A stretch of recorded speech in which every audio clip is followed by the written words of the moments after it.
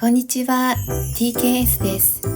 今日は iPad を買ったばかりの方が最初に知っておくと安心な基本を3つご紹介します。どうしてそうするのかも一緒にお話ししますので、ずっと使っていて知らなかった方も理屈がわかると忘れにくくなりますよ。それでは行ってみましょう。iPad は普段毎日電源を切る必要はありません。カバーをつけている方で閉じると画面が暗くなる方はそれで一旦休止の状態スリープになります。カバーがない方は縦置きだと右上のヘリにあるトップボタンを押すだけで大丈夫です。横置きだと左上になりますね。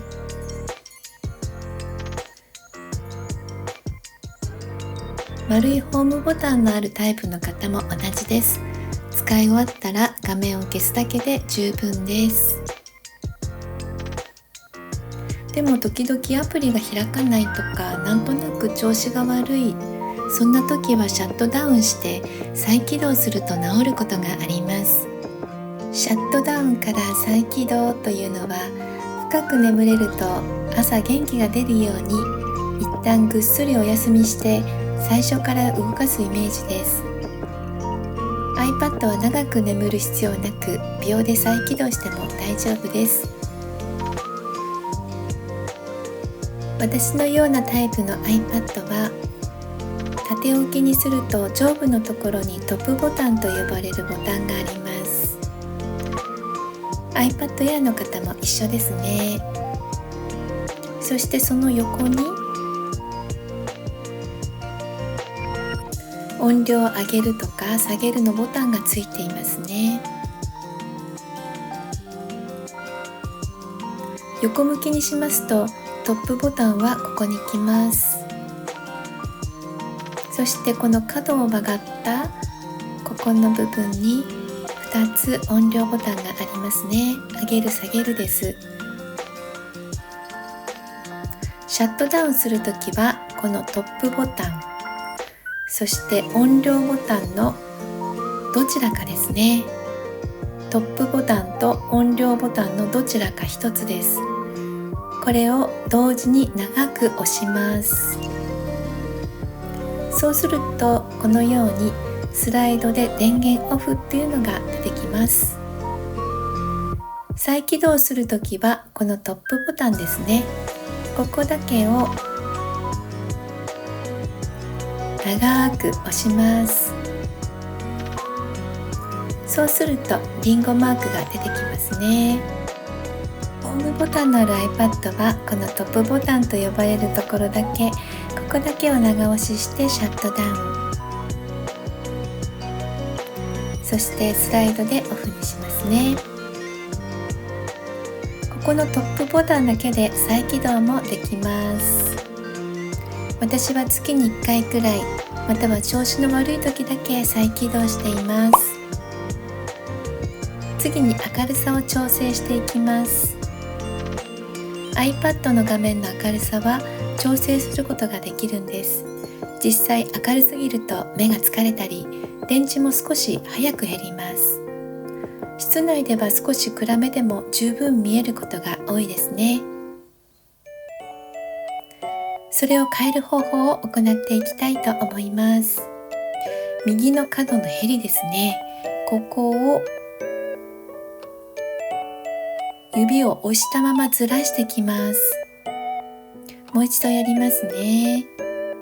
ここのヘリのところを触って絶対指を画面から離さないでください。斜め下にずらしてきます。この動きなかなかできない方がいらっしゃいますので、よく見ててくださいね。角を触ります。そして斜め下に指を離さないでずらしてきます。今一番明るくなっているのがわかるかと思うんですけれども、ここをスライドさせますね。そうすると明るさを調整することができます。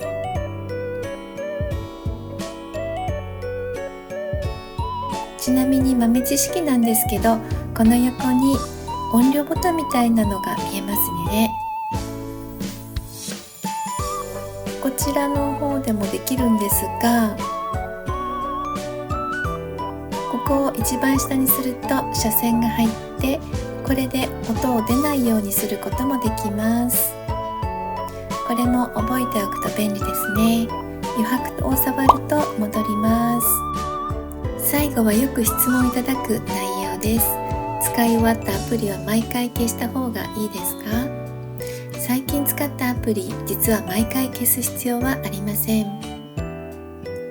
どうやって見るかというと、この下のへりの部分ですね。下のへりを押さえたまま指をずっと上に動かしてきます。真ん中くらいまで指をずらすと左から出てきましたね。この状態で手を離します。もう一回やりますね。下から指をずっと押さえたまま真ん中くらいまで来たら左からアプリが出てきます。この状態で手を離してください。指を早く離すとダメなんですよね。下のへりからですね。指を絶対に画面から離さないようにして真ん中くらいまで持ってきてください。アプリが出てきたら指を離します。そうすると今まで使ったアプリの一覧が出てきます。いらないものを上に払うようにします。なんだったら2本指でもいけますよ。これからも押す場所だけではなく、理由までわかる iPad の使い方をわかりやすくご紹介していきたいと思います。次回の動画でお会いしましょう。TKS でした。それではまたね。バイバーイ。